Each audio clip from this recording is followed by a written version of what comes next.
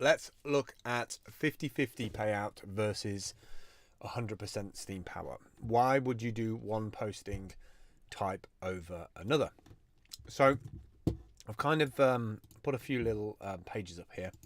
When you go to post a blog post on Steemit, you go to the submit.html page, you've got this little rewards drop down, and you've got three options: power up, default, which is 50-50, and decline payment. Now, obviously it sits on the default 50-50. You're probably thinking, what the hell does that mean? 50-50 what? What is steam power? I've tried to explain that a little bit earlier on in the course, so go and dig that out. Also, you can search for steam power, delegation, a whole bunch of different things about the Steemit blockchain and how it works. And you can drill down into infinite detail if you're a mathematician or a lot more brainier than me. But from a basic content creator's point of view, 50-50 split basically means you get 50% steam power and 50% steam back dollars. Now, you'll probably, when you start, want to build up your steam power, because that number, which is here, this number here, the steam power, are influence tokens for curation on the platform. So that gives you control over your post payouts and allows you to earn on curation rewards. And the curation rewards is when you comment on other people's stuff, and other people can upvote that comment if it resonates with them, or if they think it was a good comment. People can also downvote those comments if they thought it was a bad or rude or whatever comment that they didn't like. And we can even have a slider setting on that now, so people might not fully agree or partly disagree. So that's the way that you can get financial incentives from the platform, by having more steam power. There's two different reasons why you would post with 100%. 100% steam power means that if you get a lot of people upvoting, commenting, curation, you get some whales upvote your post. If that payout then happens 7 days later, you will get 100% steam power, which will reflect in this second column where it says steam power. If you go for 50-50 split, then you'll get half of that amount. So say your post does $100, you will get 50% of that in steam power and 50% of that in steam back dollars. You can do all kinds of stuff with steam back dollars. You can either leave it in your account, put it into savings, go and put it onto the market, buy more steam, power up that steam. There's lots of different little bits in there which at first you'll be confused about, because you won't see that on any other social media platform. And that's the bits that take the longest to learn, I found. And I'm still learning things about steam and steam power now after a year being on the platform. So don't let it put you off. Just do your usual thing as a content creator of blogging on the platform. I would recommend for the first 3 or 6 months that you just 100% steam power. Unless you are not convinced that this platform is genuine, maybe then do some 50-50 split ones. Get that steam back dollar. You can send that to a exchange.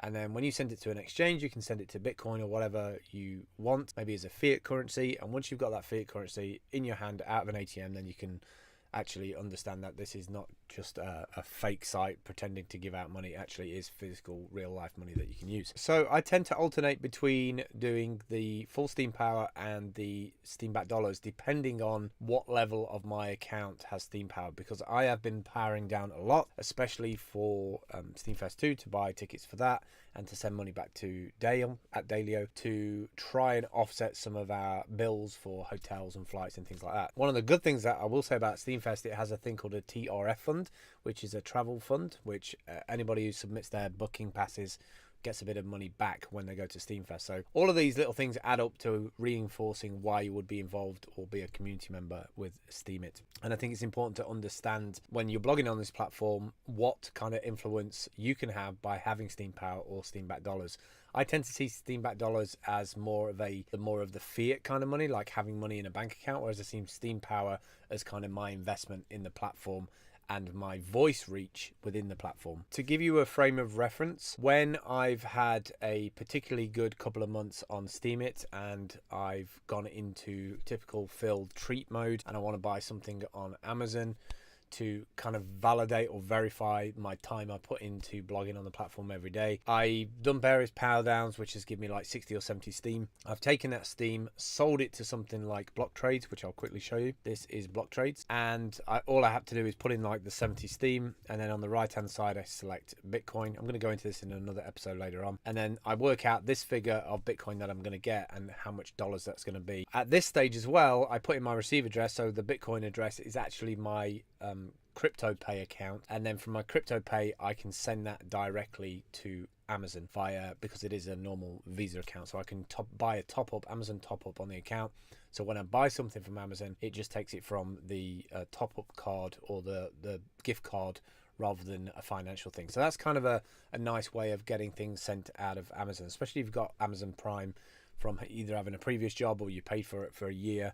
I know you can pay for it monthly now if you have a Twitch account, but if you've paid for it for a year and you just found yourself jobless, then you can still order, bits of food from Amazon. So if you're having trouble with bank accounts or things like that, or going through bankruptcy or whatever it may be, you can still be able to order something to an address. And even if you don't live somewhere, you can have that delivered to a post office. So I know this sounds crazy, but you might have a situation sorted where you're homeless or you're off-grid or you're living in a van or you're living in the back of somewhere, and you're still going to be able to have access to have food as well. Personal target I think that all content creators coming from YouTube or Amazon should do is head for a figure of around 3,000 to 5,000 Steem on the platform. Going roughly on figures that I've seen on other people's accounts who've been on the platform for a year, their follower count and their Steem power. A lot of people who have a reputation of 60, 65, 70 and 3,000 Steem in their account tend to get regular curation rewards of around $20 to $30 per post. So if you're putting out regular content on a daily basis, maybe twice a day, high quality pictures, high quality video, you're a content creator after all, so you've probably got that all locked down on YouTube. You're just not getting good payouts on YouTube and want to come across to Steemit and have a better community conversation here rather than on YouTube, then I would start to aim in the initial phases of your account